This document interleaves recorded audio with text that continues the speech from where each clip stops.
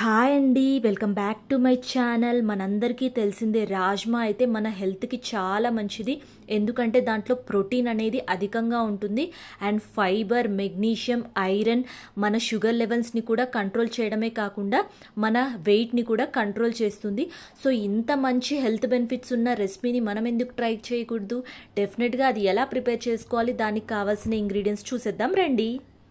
రాజ్మా కర్రీకి కావాల్సిన ఇంగ్రీడియంట్స్ అయితే ఇక్కడ 2 టేబుల్ స్పూన్ అల్లం వెల్లుల్లి పేస్ట్, అలాగే 5 చిన్న సైజ్ టొమాటోలు అయితే చిన్నగా కట్ చేసి పెట్టుకున్నాను అండ్ పోపు దినుసులు అండ్ 2 టేబుల్ స్పూన్ ఎండు కొబ్బరి పొడి, అలాగే 3 టేబుల్ స్పూన్ పల్లి పొడి అండి, పల్లీలు పొడిలాగా చేసుకున్నాను. అలాగే 2 కప్స్ అయితే ఇక్కడ రాజ్మా ఓవర్ నైట్ అయితే సోక్ చేసుకున్నానండి. సో నెక్స్ట్ డే మార్నింగ్ అయితే బాగా సోక్ అయిపోయాయి చూడండి.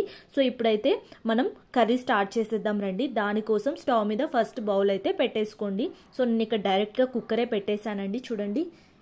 ఇప్పుడు దాంట్లోకి ఒక 2 టేబుల్ స్పూన్ అయితే ఆయిల్ వేసుకున్నాను. ఆయిల్ హీట్ అయిపోయాక ఫస్ట్ మనం తీసుకున్న పోపు దినుసులు అయితే దీంట్లో వేసేసుకొని బాగా రోస్ట్ చేసుకోండి. స్టీల్ కాబట్టి నేను సిమ్లో పెట్టుకొని అయితే కుక్ చేస్తున్నాను.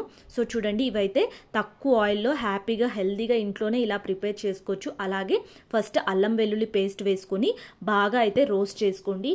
ఇది బాగా వేగిపోయాక దీంట్లోకి ఎండు కొబ్బరి పొడి అయితే యాడ్ చేస్తున్నాను. ఎండు కొబ్బరి వేయడం వల్ల మనకి టేస్ట్ అయితే కర్రీలో చాలా బాగుంటుందండి. ఇది కూడా బాగా అయితే మిక్స్ చేసుకోండి. ఇది వేగిపోయాక నెక్స్ట్ దీంట్లోకి మనం తీసుకున్న పల్లీల పొడి అయితే యాడ్ చేస్తున్నాను. పల్లీల పొడి వేయడం వల్ల మనకి గ్రేవీ చాలా బాగా వస్తుందండి, పల్చగా కాకుండా చిక్కగా వస్తుంది. సో నెక్స్ట్ అయితే దీంట్లోకి టొమాటోస్ కూడా యాడ్ చేస్తున్నాను. ఇవి కూడా బాగా అయితే మిక్స్ చేసుకుని కొంతసేపు మనకి టొమాటోస్ అయితే మగ్గిపోవాలండి. సో నెక్స్ట్ అయితే దీంట్లోకి పసుపు అయితే యాడ్ చేస్తున్నాను. ఒక 1/2 టేబుల్ స్పూన్ అయితే యాడ్ చేశాను. నెక్స్ట్ అయితే దీంట్లోకి ధనియా పౌడర్ 1 టేబుల్ స్పూన్ యాడ్ చేశాను.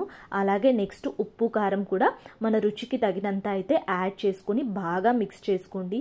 చూసారా ఎంత కలర్ఫుల్గా ఉందో, టేస్ట్ కూడా చాలా బాగుంటుందండి. డెఫినెట్గా మీరు కూడా ఈ రెసిపీ అయితే ట్రై చేయండి. ఒకసారి అయితే బాగా మిక్స్ చేసుకున్నాక దీంట్లోకి రాజ్మా అయితే యాడ్ చేసేసుకొని మన గ్రేవీ మొత్తం రాజ్మాకి బాగా పట్టేలాగా మిక్స్ చేసుకోండి. సో మిక్స్ చేశాక దీంట్లోకి కొద్దిగా కొత్తిమీర యాడ్ చేసి మళ్ళీ ఒక్కసారి బాగా మిక్స్ చేసేసుకున్నాక దీంట్లోకి మన గ్రేవీకి తగ్గట్టు వాటర్ అయితే యాడ్ చేసేసుకోండి. చూడండి, మనకి గ్రేవీకి ఎంత కావాలో, మరీ లూజ్గా అంటే లూజ్గా, మరి ఇలా వాటర్ అయితే సరిపోతుందండి మన గ్రేవీకి అయితే. ఇప్పుడు లిడ్ పెట్టేసి ఒక 6 or 7 విజిల్స్ అయితే సరిపోతుందండి. సో నేనైతే 6 విజిల్స్ పెట్టుకున్నాను. సో తర్వాత చూడండి, వావ్ చాలా బాగుంది కదా, గ్రేవీ కూడా కరెక్ట్గా సరిపోయింది. చాలా టేస్టీగా ఉంటుంది. డెఫినెట్గా మీరు కూడా ట్రై చేయండి.